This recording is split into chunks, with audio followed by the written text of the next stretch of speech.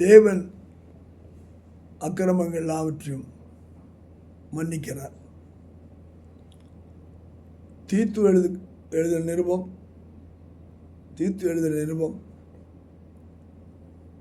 2ஆம் அதிகாரத்தில் 14ஆம் வசனம் சொல்லுகிறது, அவர் நம்மை சகல அக்கிரமங்கள் என்று மீட்டுக்கொண்டு தமக்குரிய சொந்த ஜனங்களாகும் நற்கிரைகளை செய்ய பக்தி வைராக்கியம் உள்ளவர்களாகவும் நம்மை சுதந்திரிக்கும்படி நமக்காக தம்மை தாமே ஒப்பு கொடுத்தார்.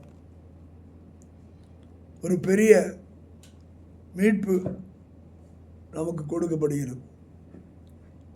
மனிதன் ஆதாமினால் ஜென்மஸ்வாபத்துக்குள்ளாக தலைவருக்கும் பாவம் செய்கிறவனாய் காணப்பட்டான்.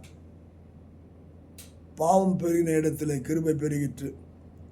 நோவான் காலத்திலே தேவன் மக்கள் மறுதலித்து தேவனை விட்டு விலகி போனார்கள். நோவாவின் குடும்பத்தார் மட்டும் இந்த பேழைக்குள்ளாக, இந்த ரட்சிப்பின் பேழைக்குள்ளாக வந்தார்கள்.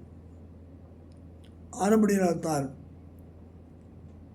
அதற்கு பிற்பாடு ஆண்டவர் மனிதனை தண்டிக்க விரும்பவில்லை. மாறாக தேவன் தம்முடைய ஒரே குமாரனை அனுப்பி அவர் மூலமாக நம்பி இந்த அன்பு இந்த அக்கிரமங்கள் எல்லாவற்றையும் கல்வாரி சிலுவிலே சுமந்து அந்த இடத்திலே பார்க்கிற வண்ணமாக அவர் அன்பை வெளிப்படுத்தினார்.